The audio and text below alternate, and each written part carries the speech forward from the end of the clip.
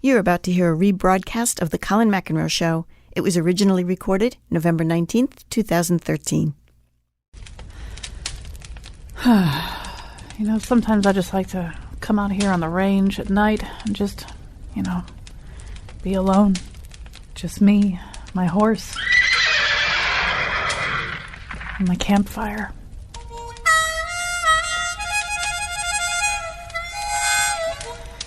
I just sometimes have to tip my head back and look at the night sky and how big it is and how small and alone we are in the universe. Hey, whoever's playing the harmonica, can you please stop? I'm trying to be alone with my cowboy thoughts here. That's better. Thank you.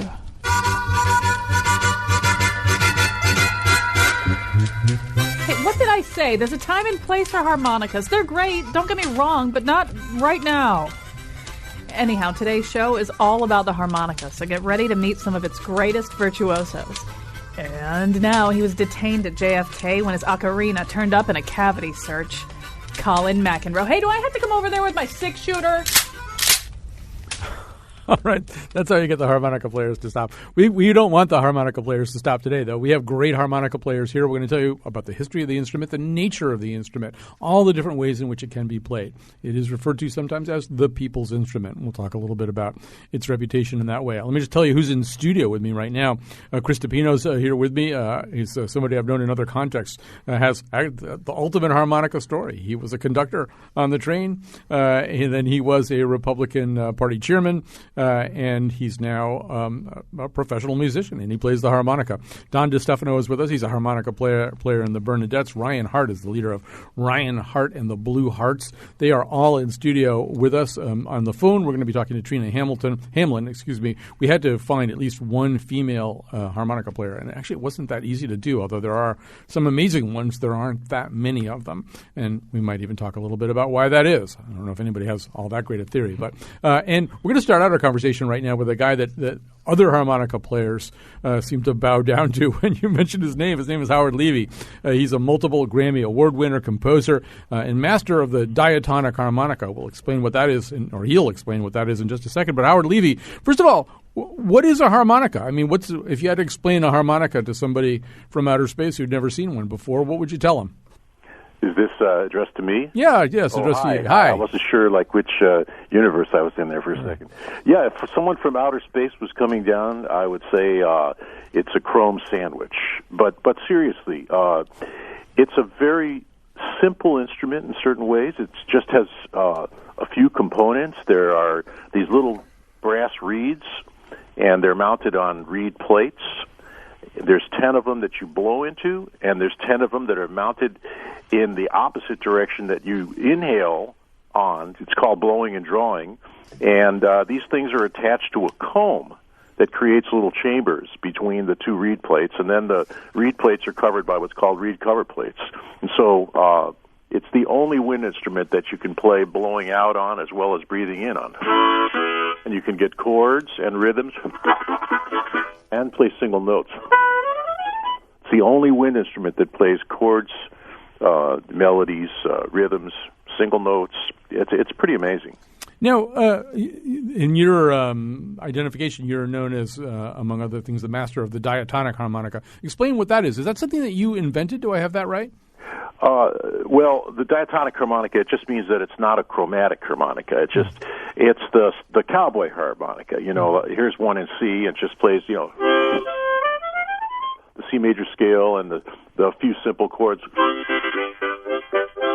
and rhythms and things. But what I did, being a jazz pianist, when I started playing the diatonic harmonica, I first started playing because I wanted to play blues, just like about 99% of people who start playing the harmonica. And it was invented as a German folk instrument, but one of the great accidents in music history is that if you inhale on it, it just plays the blues by itself. And then if you bend notes by changing the dimensions of the inside of your mouth,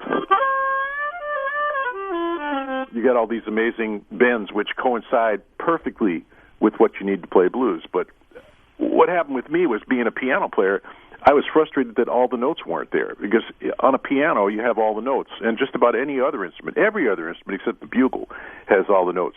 And so I thought, what, this is ridiculous. This instrument must have all the notes on it. And so I figured out ways of bending notes that I called overblowing and overdrawing that enabled me to play the full chromatic scale on it.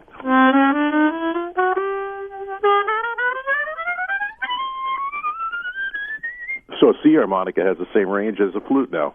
I mean, a full three chromatic octave.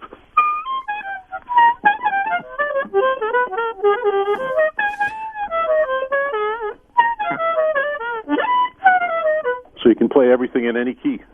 All right. I love the way you illustrate all this stuff. This is great. Unless there's another person in the room there with you. I'm amazed that you can sort of get back and forth and do all that stuff and breathe. Well, I've got the phone in one hand, the harmonica in the other, and my coat on, because I'm waiting for a taxi to take me to the airport. I'm flying to Buenos Aires, and I'm going to be playing a harmonica festival for Hohner. And one of the things that I heard you guys chatting about beforehand was the rarity of female harmonica players. There's a whole bunch of women harmonica players in Argentina and Brazil. Yeah, and as we talk more to the guests, too, we want to talk a little bit about how it does differ all over the world, but maybe this is sort of a good time to talk about it, too. And, yeah, by the way, I was watching a video today of a young classical harmonica player named Susan Sauer, who I thought was just amazing. So there are women who do this. And I'm going to ask you this, Howard Levy. I'm going to ask some of the other guests about this, too. The harmonica has a certain profile here in the United States. It's associated with certain kinds of rock and roll. It's kind of associated with the kind of the Dylan era in folk. It's certainly associated with the blues, with James Cotton and Sonny Boy Williamson, people like that. And there is a classical repertoire as well. The classical stuff is, it was all written for the chromatic. And then you've got jazz players like Toots Thielman, and we're going to be talking about that's chromatic as well. Yeah. But I'm just wondering, elsewhere in the world, I mean, you mentioned you're about to take a taxi to the airport to go to Buenos Aires. Is the harmonica does it have a bigger or different profile as you travel around the world? Well, in China, it's real popular and Japan, the instrument really originated there. That was the home of the mouth organ was the Far East. And so the European-style harmonica just caught on really, really big in those parts of the world because there was a sound that was already in their culture, a different kind of instrument, but it had reeds on it and it had a hole you blew through, So, there's lots of folk music played on it mostly. Really, that's really the majority of it. And then the people who are better musicians will play classical music on the chromatic. But it's rare to find people playing jazz on a harmonica because I think that there's one really big reason why is that the instrument's invisible to the player. You can't see it. Yeah. And it's kind of abstract. And you have to visualize something in your mind to really see it, because you can't see it. And it's hard to read music on it because you can't, no one can show you, here, put your finger down and here's a C. It takes a real commitment to get past the basic structure of the instrument and to get past the things that the instrument does give you. And it does give you some really great stuff, but then to break through to the next levels of difficulty it's really too much for most people. They don't want to go through it. I hadn't thought about this as an instrument that you play, but you really can't see yourself playing it, see any part of it really while you're playing it. I'd never given any thought to that before. Chris DePino, as we were getting ready and trying to get you on this show, I think you mentioned you were just coming back from the Czech Republic. Have you been playing the harmonica there? I have. I play with László Decsi. I found that I have a little niche, and it's in Europe. And he's a very, very astute trumpet player, and I play his lines on the chromatic and get to improvise a little, and it's just joyful. Well, as you're traveling elsewhere in the world, I mean, do you notice a different? I mean, obviously Toots Thielman, he was really kind of the king of the jazz. He's a god. Yeah, he's a god. All right, not the king. He's a god. He's Belgian. I mean, I don't know. Is this a bigger thing in Europe than it is in America, or at least maybe a different thing anyway? It's different. Yeah. Europe is more cultural. The appreciation for music is much deeper. Mm-hmm. No offense to our American friends, but it's just better in that respect. But music is music, and people like what they hear. And the harmonica, I always felt, was a pleasant instrument to hear. Mm-hmm. And it's rarely played, so when you hear it, you know it. And I'm just wondering for you, I mean, was this something, I did know you as in your days as a Republican Party chairman, as a political operative. Was this something that you, was a hobby that turned into a profession? Now, what was the arc here for you becoming who you are right now? Well, we all have our own harmonica stories. I started on the diatonic, and I was a train conductor going all aboard, watch your step, tickets please, Grand Central, have a nice day. It was 1972, and by 1978 I decided I wanted to learn more about this instrument. So were you playing the harmonica on the train? Just to sort of amuse yourself and the customers? Yeah. Clackety, clackety, clack, dun, dun, dun, dun, dun, dun, dun, dun, you know, just... Give us a little bit here. Well, this is just the diatonic. Yeah. Right? And okay. so the train's running. And then I found Robert Bonfiglio in New York City. Whoever that is. He's one of the world's greatest classical harmonica players, and I would take the train to New York, and then on my free time, I'd study classical music on the harmonica with Robert. Huh. By the way, as we go along here, if you have questions, I mean, we do have a lot of great harmonica players here.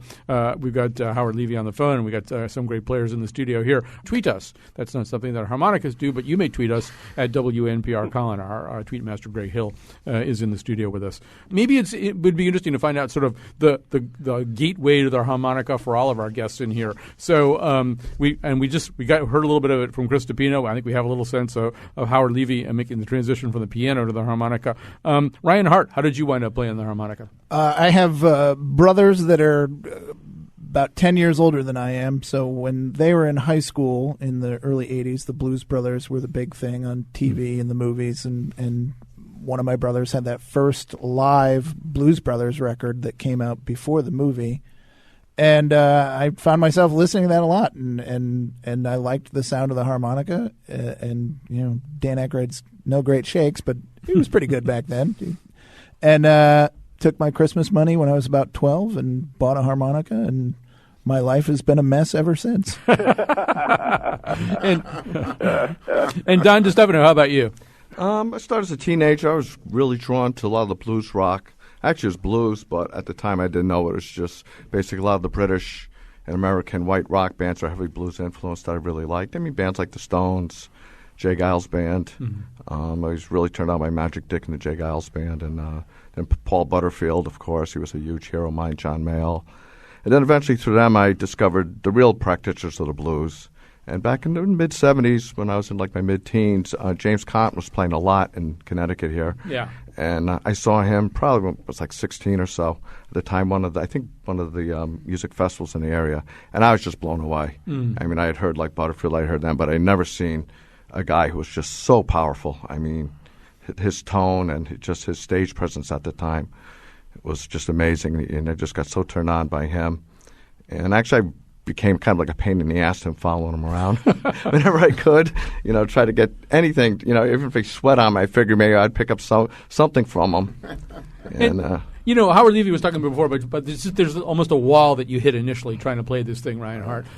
Maybe talk a little bit about that. Did you encounter the same thing? It's like it's one thing to maybe want to play even just as good as Dan Aykroyd. It's another thing to actually break through in an instrument, whereas Howard was saying somebody can't really teach you that easily exactly what to do. I had the luxury of ignorance. I was playing as a kid, and I wasn't worried about I wasn't seeing any harmonica players live. You know, I was buying records, by the fistful, but I just played it because it was fun to do. And eventually, as I got older and opportunities opened up for me to play in high school bands and things like that, I was ready. So I never really. I'll encounter adult students. You know, they'll come. I want to learn to play. I've been playing a little bit. Can you help me break through that wall? And I'll show them what they need to do and the amount of work, and they go, "Oh, gee, I didn't think it was that much work." And they pack it in. And I never had that. You know, I certainly had to figure things out, and but I never was like, "Oh my God, I need to get better now. I have so much to learn." You know, Howard Levy, before we lose you to the taxi and the airplane, you know, he just said an interesting thing, and I had wondered about this, whether the harmonica labors under a certain cultural disadvantage, or at least this kind of this idea that the casual observer has that, oh, yeah, well, you know, somebody like Bob Dylan or somebody, he wants to make a little bit more noise than just playing the piano, or maybe some singer who wants to play an instrument in addition to his singing. So the harmonica, like, how hard could it be? On the one hand, we're describing it as this incredibly difficult instrument to learn, but I wonder, is there a prejudice that people have against the harmonica? Like, oh, yeah, just something somebody just adds to the definitely. Yeah. Oh, definitely. I mean, I've been insulted more times than I would even care to admit by people in the jazz world, and they look at me and they start laughing like, you're going to play that thing, and because people do have an image of it based on what maybe the last thing they heard, so if they heard Bob Dylan, they think that's all it can do. It's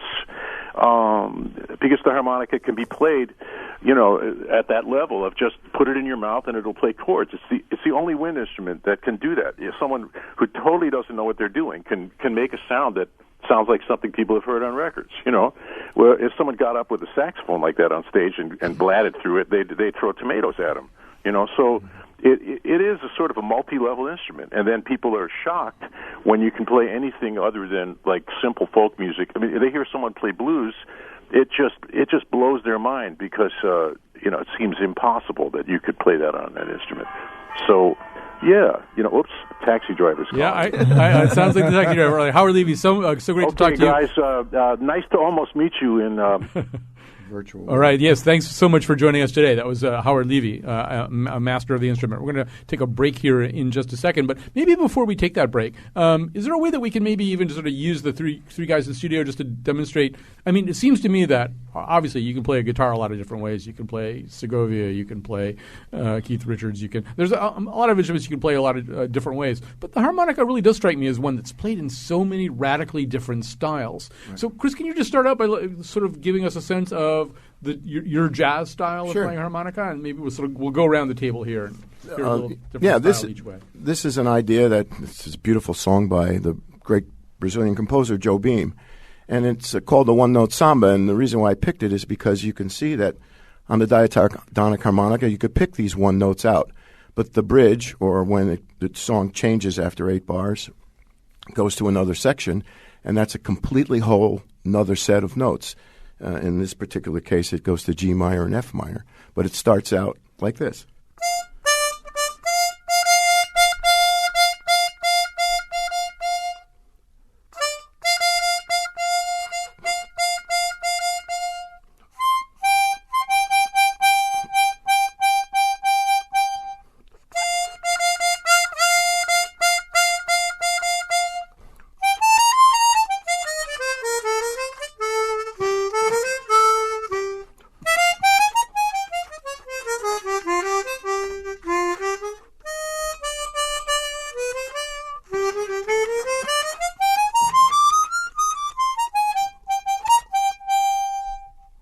All right, so that's solo harmonica in a jazz style. Right.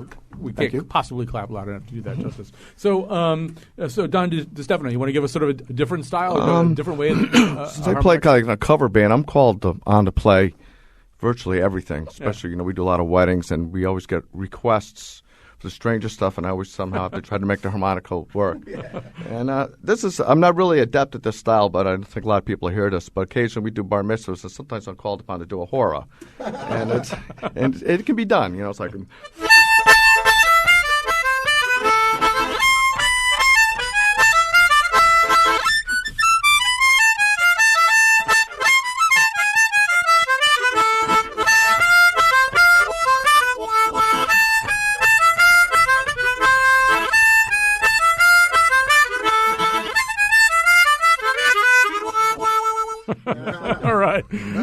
All right. They've left you plenty to work with, Ryan Hart. What do you want to give us?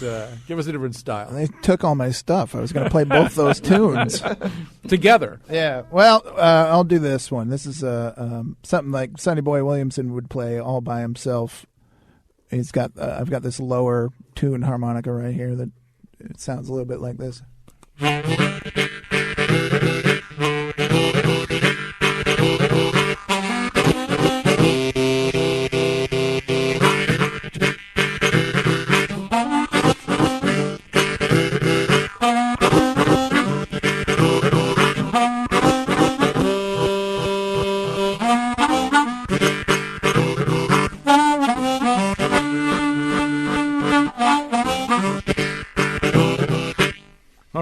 Totally different key. Yeah, all right. Bravo. Grab a quick question here. This may be a question that is more up to Pino's alley than anybody else's. Let's just see. Here's Henry from Groton. Hi, Henry. Hi, how are you? Just fine. Listen, I'm loving the show. I'm a big fan of Lee Oscar. I got a record of his turned on to me by a player back in the 70s. It was called Before the Rain. And I know that he founded, maybe wasn't founded, but was a big member of the band War. I heard one of your guests say something about Belgium and Europe and the harmonica and how big it was over there. And if I remember, Lee Oscar is from somewhere over there, but I can't Denmark. remember anything else. I think he's from Denmark. Yeah. Actually, I was wrong. It's not Chris DePino. He's pointing at Don DeStefano, so Don DeStefano will enlighten you further. Yeah, I know. I've met Lee. I play similar styles. He's one of my big heroes. What would you like to know about Lee? Oh, sorry, I put him on hold. Put him on hold? Oh. Anything in particular that you wanted to know, Henry? Henry gave up. All right. So what we're going to do here is we're going to take a quick break. As we go out, you're going to hear Howard Levy playing Amazing Grace. When we come back, we'll add one more voice to the conversation. Trina Hamlin. I want to talk a little bit about the gender barrier in harmonica. I don't know if there is one, but there don't seem to be that many women players.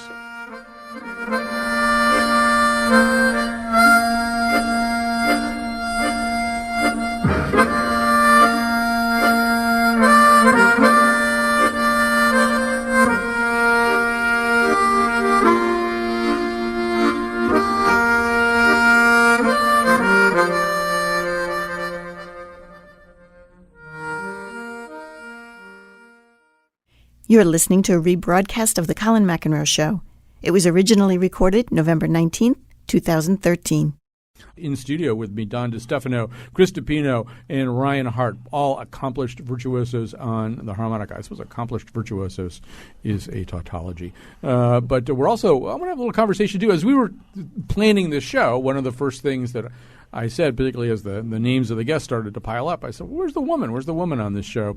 And I started asking around, asking other musicians who played the harmonica. And there are some really fabulous women harmonica players, but I think proportionately they're a smaller group than they are in a lot of for a lot of instruments. So anyway, joining us right now is Trina Hamlin. She's an independent touring musician who is in fact known for her harmonica playing. So Trina Hamlin, first of all, let's ask that big question. Any theories about why, in fact, women aren't as prominently featured on the harmonica as they are on so many other instruments?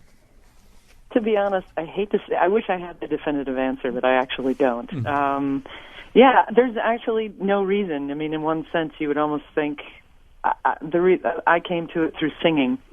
I'm a piano player, I'm a guitar player, but I am a percussionist, and I came through it from a vocal end.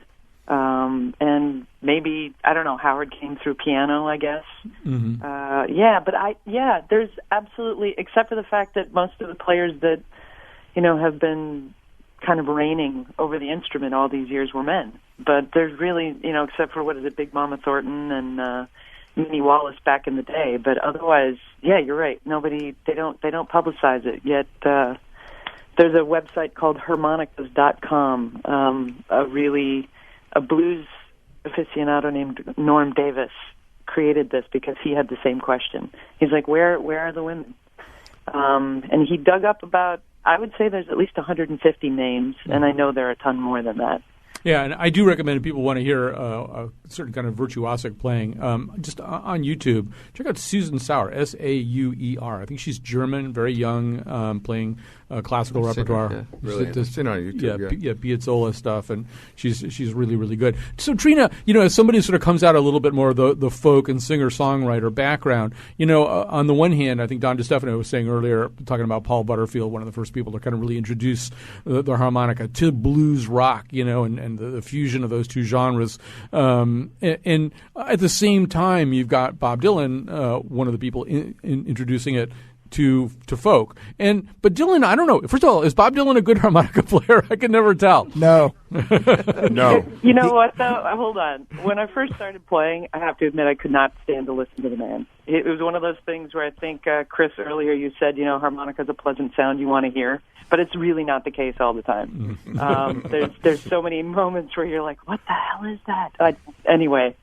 But now that I go back and listen to Dylan, yeah, sure, he's messing around. He can't play, he's not playing fantastic scales, but he's quoting weird melodies within what he's doing. I'll give him credit for that. I mean, he's sloppy in a certain way that works for him. Would I consider him, among you guys and all of us on the panel, I don't know. I don't know if Bob could, at the end of the day, if we could take him out of his genre, maybe he actually can play. But that's what he feels he needs to do for what he's doing. Heads are shaking here in the studio. I think Bob Dylan proves that you can play an instrument for 60 years and still be absolutely horrible. Can we get Bob on the phone? Yeah. we try every day. Every topic he would have something to say. So let me ask you this too, Trina Hamlin. Was it the case also that I'm assuming what happened with you is, as you were sort of saying, first you're a musician, you play guitar, you sing, maybe you want to add harmonica. Was there sort of a moment at which you felt courageous enough to add that in terms of a public performance? I mean, maybe you didn't want to sound too much like Bob Dylan. Maybe you really wanted to. How did you know when you were ready to play the harmonica in front of other people? You know what? I don't think I knew. I had really good friends that were, I'm going to say, unintelligent enough to let me on stage with them at any moment's time. So I'd probably started playing maybe 2 months in, and somebody was like, "Well, just play." So I just started playing. I had enough musicality that I could find something there and make it work with what was going on. But I had friends that were jamming on reggae, so I would try to play with them, and I'd play, with whatever. But that was up in Boston, and it was great. And so there wasn't really a time frame. I just hyperventilated a lot in the beginning and wandered around and played. I tried listening to the blues players, and it confused me because, like Howard said, you can't see the instrument. So to listen to somebody who actually can play, you look at that instrument and it's mind-boggling. At least, I want to ask the panel a little bit about this too. Just even she said hyperventilated, and I sort of wondered about that. I mean, is it obviously, as Howard Levy was saying at the beginning, it's the only instrument you can play breathing out and breathing in, but it also means that you really don't have any luxury breath, right? So is that something you have to learn? I mean, do you, Yeah, anybody. I think because of the layout of the instrument, you can actually keep the music going longer than I can. On a saxophone, you can only hold a note for so long, and then you got to take a breath. Whereas you can just stick the thing in your mouth, and as long as you're breathing, it's making music. Robert Klein used to do that thing. Robert Klein used to do the thing where he said that you should use it in intensive care. Right, units. So you just tell that the patients are breathing. Just put the harmonica in their mouth, and when they die, it sounds nice. And ironically but true, it's actually a very proven medical therapeutic instrument. It's being used a lot now for. Yeah. I've gone into schools and some medical institutions and taught, because it's for anybody recovering from anything respiratory. It's the best way to get them to breathe in and out and not really think about it. Hey, I want to talk a little bit about the history of it. I was referring to a book about it that I read that was very helpful to me anyway, kind of understanding more about the harmonica. And the subtitle refers to it as the people's instrument, which I think is something that it's been known as a lot. But who can get us started here? Who can one of my studio guys tell me a little bit about the birth of the harmonica? I believe it was Christian Bushman in the 1830s or so who took... 1821. Okay, there you go. You've got notes in front of you. You're cheating. I do. Who took little metal reeds and put them in a box, and you could play around with it, and you just sort of make.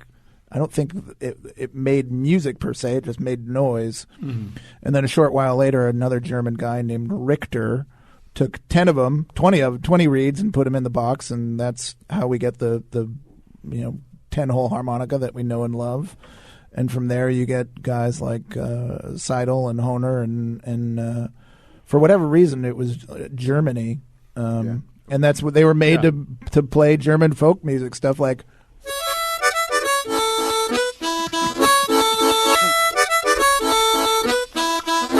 that's what it was invented for. And eventually it made its way over here, and African Americans made it cool. Left out one key date. 1927. And that was? The first chromatic harmonica. That was the first chromatic. All right. And once again, for people who aren't musically inclined, we're using that term chromatic and diatonic and stuff like that. So, Chris, explain what you mean. What would a chromatic harmonica be again? A chromatic harmonica has the same range as the flute, and this is why the genius of Levy, he invented how to play chromatic on diatonic by moving his breath. But the chromatic harmonica is basically a key of C harmonica with 12 holes and 3 octaves, and a key of C sharp harmonica with 12 holes and 3 octaves, and they're laced on top of each other. And so every hole, instead of having 2 notes that the diatonic would give you, outside the variations you can do with your breath, the chromatic would give you 4. So it would be like, and you would get the chromatic scale, which is all the black, for everybody who doesn't know music, it's all the black keys and all the white keys on the piano. Yeah, so you get the whole piano. And that's the Western musical spectrum. I love the fact that no harmonica player can tell you anything without illustrating it immediately.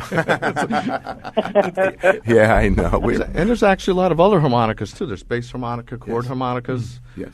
You know. One of the other things that happened right away, we want to go to Maggie in South Windsor in just a second because she's got something right on point with something that Trina was saying before, too. But another thing that happened pretty early with harmonicas was getting them to soldiers. There were mouth organs, I think, that probably weren't exactly harmonicas being used by Civil War soldiers. But by the time of World War I, there are these giant initiatives. I think the British Army tried to make sure that every soldier had a harmonica. It's just like a great way to pass time. You're nodding. You know about this. Yeah, no, that's in the harmonica, I think for everyone, including me and anyone else, has always been somebody's best friend.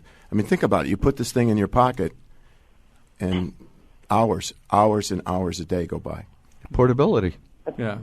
Yeah, it's a very, very small object. And a rare case with a soldier, if it's in the right pocket at the right time, it may stop a bullet. Well, there's a probably apocryphal story that Frank James, the brother of Jesse James, was spared that way, that a harmonica in his pocket stopped a bullet. Let me grab a call here from Maggie, because in fact Trina Hamlin was saying something before about music therapy, and I think this is something that Maggie does. Hi, you're on the air, Maggie. Hi, this is Maggie, and yes, I'm a board-certified music therapist. And I'm in private practice around the greater Hartford area. And I thought it was kind of cool when Kyome put on her Facebook page that you guys were going to be talking about this. And it sounds that you've already mentioned some of the therapeutic benefit of playing the harmonica. And I was just going to tell you a little bit about one of my private clients I see and how I use harmonica. So he is about 10 years old, and he's a child with autism, and he has trouble with basically speech production. So instead of, speaking like we all speak, he actually kind of inhales when he speaks. He goes, like that when he speaks. So I use the harmonica, much like your guest had mentioned, to give him breath support and teaching him how to actually properly breathe so he can support his vocal production. And I do this, I kind of wrote an improvisational song in the key of C, so that fits with, I guess it's the diatonic harmonica, so I go back and forth between key of C and the key of G, because we've got the 1 and the 5 being the breathing out and the breathing in. And basically I prompt him on cue to be able to play the harmonica both out and in. So it gives great oral feedback. I found with kids with autism, a lot of kids with autism have other oral things that they chewies and things and vibrate in their mouths, and I find that this is an excellent way to give them that feedback, and he's really motivated, and he loves it. That's amazing. Thank you for sharing this. Before we go on to anything else, we were talking about the harmonica in history for soldiers on the frontier. And, of course, there's one other frontier, that's space. And Don DeStefano was saying it's so incredibly easy, so portable, so small and portable. So Wally Schirra in 1965 actually sneaked a harmonica into his spacesuit somehow. Let's hear a little bit of that in outer space.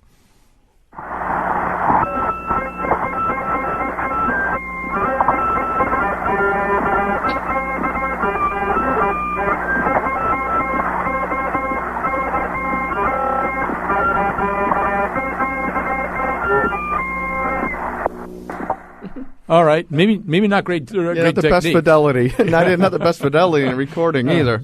The setup for that was he claimed that they were seeing an unidentified object, that it had bells and stuff like that. Fat man driving. But he had not told anybody he was going to do that too. So actually, at the end of the tape, you can hear somebody back at Mission Control just laughing and saying, "All right, you're too much." So that's is there a harmonica player personality? Is there you guys all seem a little mischievous? Yeah, I think to put up with the sort of bad reputation that the harmonica has, that you have to be a little thick-skinned, a little perseverant, and a little twisted as well to be attracted to such a weird little thing, I think. But I'm only speaking for myself, not these other two fine And gentlemen. I think the whole Blues Brothers thing, Elwood Blues, had a lot to do with the kind of the whole bluesman mystique. You know, while we're on the subject of the Blues Brothers and sort of the rock and roll version of the harmonica, I mean, another thing that we've grown used to, those of us who are just sort of casual observers, is seeing somebody sort of combine a harmonica and a microphone somehow that somebody else has. So is there a special technique to that you guys have to learn that you sort of make the whole thing work with a microphone? I think so. I think that playing electric amplified harmonica is an instrument unto itself. The technique of holding the microphone is important, and the different techniques you can do while holding the microphone. You can't do a lot of the kind of wah-wah hand things that you think of playing, country style or whatever. And then the whole, an amplifier and getting heard, and it's a whole nother instrument, I think, and I approach it that way too. Any other comments? Yeah. I look for a clean microphone, as clean as possible. I use a Shure Beta 58, and I usually play right through the PA system and have the engineer just give you the best, cleanest sound you have, a little treble. But it's different because we're playing it's a different genre. Mm-hmm. I'm playing Days of Wine and Roses, and that's a whole different place. Yeah. It's been said in an interview with Little Walter that he would actually cup the mic so tight, and he would claim that he could actually hold like air within the harmonica, his mouth, and the back of his hands against the mic, and said it would give him like more air. I can would have to breathe as hard. Yeah, I can actually hold the mic tight enough that I can make the blowed reeds and draw reeds play at the same time. Really? Part of Little Walter. That's part of the whole Little Walter mystique is of cupping a mic like that. All right. I learned something today. Thank you. All right. So I didn't understand any of that, but that's fine. I don't need to. Why don't we grab a quick break here? We want to have time when we come back. One of them, I don't know who, is going to give Wolfie a harmonica lesson, so we may have another woman harmonica player to join the ranks with Trina Hamlin when this is over.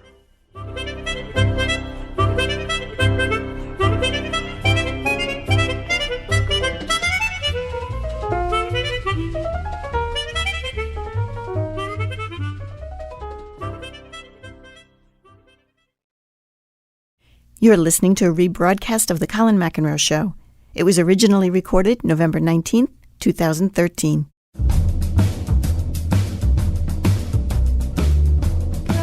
Never play your harmonica right after eating a Butterfinger. I've got a real mess here. Today's show was produced by Betsy Kaplan and me, with help from our interns Garrett Connolly and Albert Gordon. The part of Bill Curry was played by Stevie Wonder.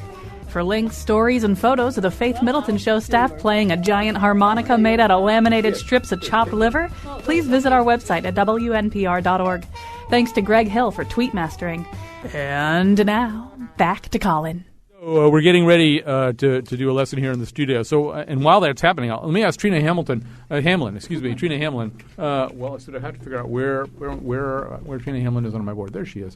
I want to ask Trina Hamlin, what advice would you give to somebody who's picking up the harmonica for the first time? What as Kyone Wolf gets ready to have her first harmonica lesson, if anybody's out there listening, thinking, maybe I'll try it too. What would you tell them to start out? I guess the first thing I'm going to tell, it's Wolfie? Wolfie, yeah, you can say Wolfie, yeah. Yeah.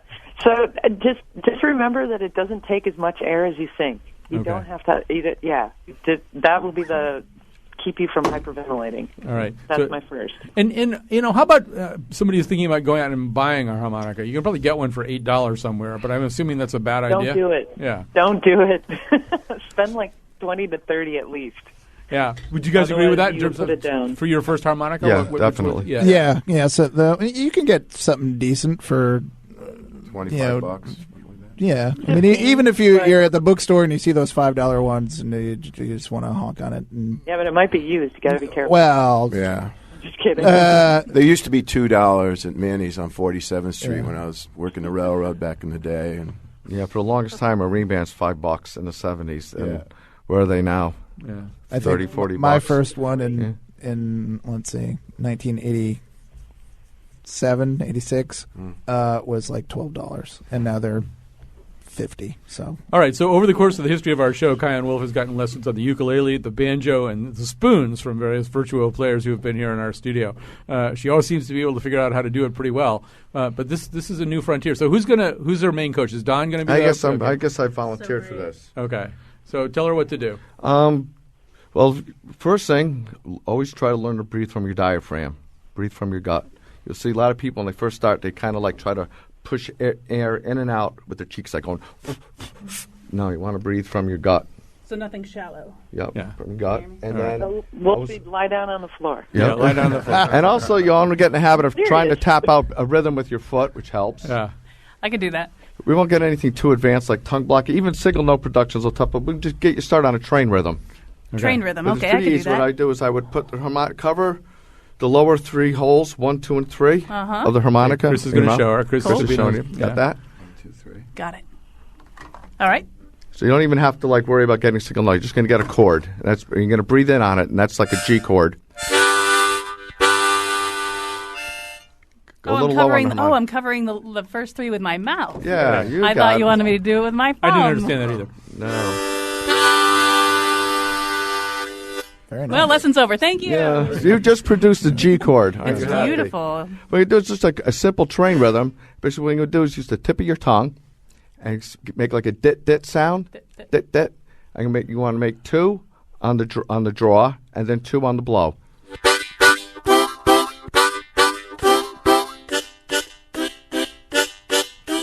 There you got it. You got a train going. That's it. Hey, The conductor is joining in with her. Can we talk about the wah wah wah wah thing you just did? Yeah. Yeah. How do you do that? That's basically, you have to narrow your lip down. All right. You want it like you're sucking on a straw. Okay. And you want to breathe in, basically breathing in. I think what were you on the 4 draw there? That's what the 2 or 3. 4 and 5. Or Yeah, 5 4 and and 4, 6. yeah, around there. And just breathe in, and you go. So I see you moving your hand behind the instrument, Yep. and it's sort of cupping it, and I'm almost smacking it around.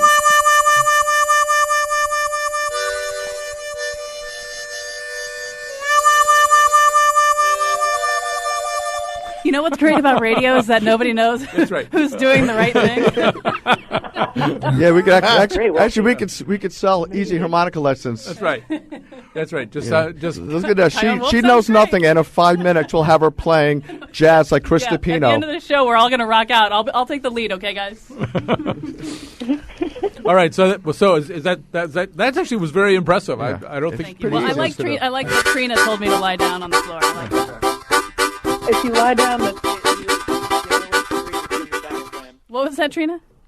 Say that again, lie Trina. down on the floor, the only way you can breathe is from your diaphragm. You aren't going to be like you'll breathe properly. Just try it sometime. I'll try it And tonight. actually, it's very difficult to learn to play from your diaphragm when you're sitting. I always get my students to. It's much easier to do it when you're standing. And once you learn how to do it, and you've trained your muscles and your diaphragm to do it, you can do it sitting all the time. But as a beginner, you definitely, like she said, either lying down or standing up. You find it much easier to be able to breathe from your diaphragm. You know, one thing I wanted to ask you that we sort of didn't cover, although we keep alluding to it in different ways, is how harmonica players judge other harmonica players. In other words, I was coming back from a gig in Mansfield on Sunday, and without really thinking that I was going to be doing a harmonica show, I happened just to throw in one of my Stevie Wonder's greatest hits CDs, and I listened to him play, and he really sounds to me like an amazing harmonica He's player. God. He's Yeah. another. He's a him and genius. Toots Thielemans. Yeah, Yeah. he's a genius. Absolute I genius. love Stevie Wonder's like probably my all-time favorite. But how do you judge just the way any music fan would judge, or are you looking for different things in terms of technique or what you know they can do? It depends what they're playing, you know, and I could say this affectionately, gratefully.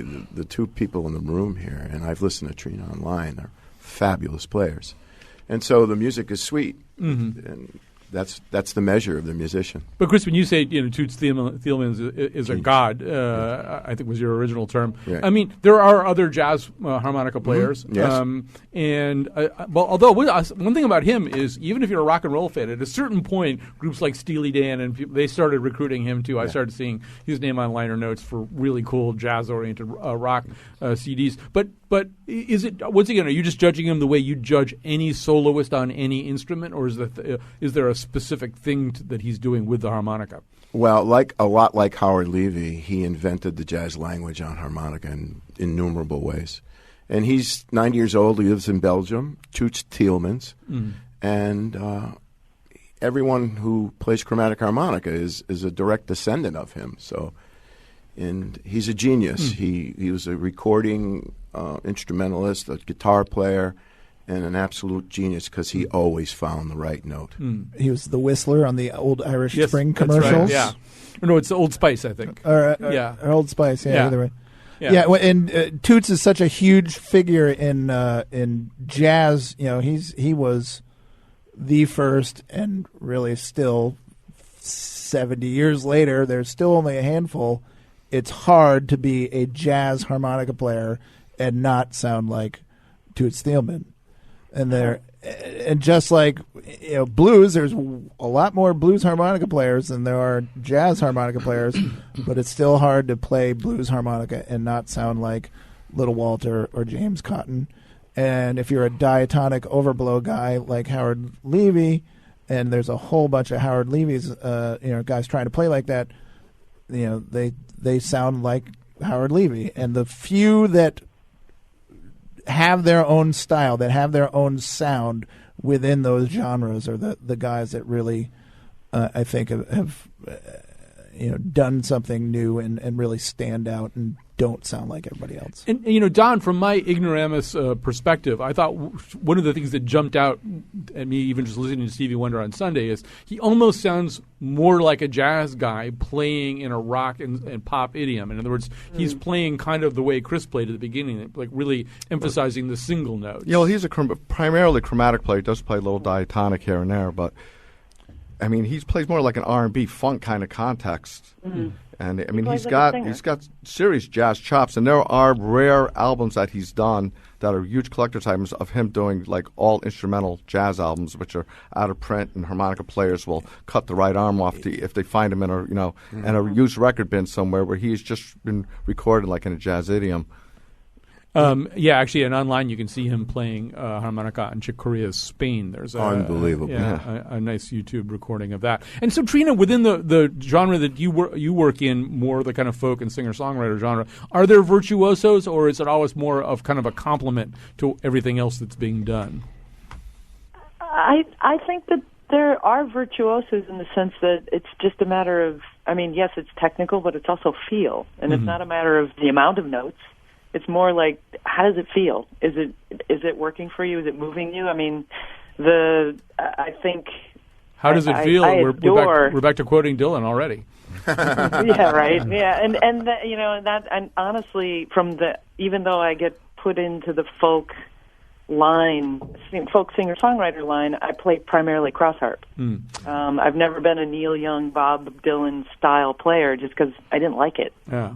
Also the expressive bending of a voice. We want everybody to get online after the show at WNPR.org and discover all the artists that we're talking to today. We'll have stuff about them, and you're going to want to know more about their work. But they're going to go out with a little jam here. Did you guys figure out something you could all play together here as we head out?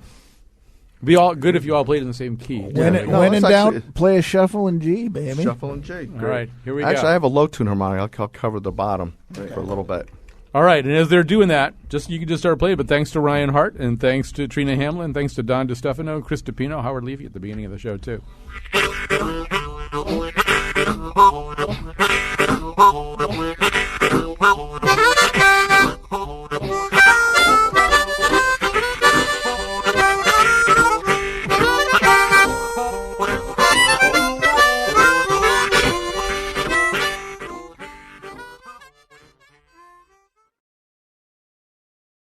I'm Kyone Wolf. This is my first time playing the harmonica, so here we go. I'm bombing. What would Howard Levy do?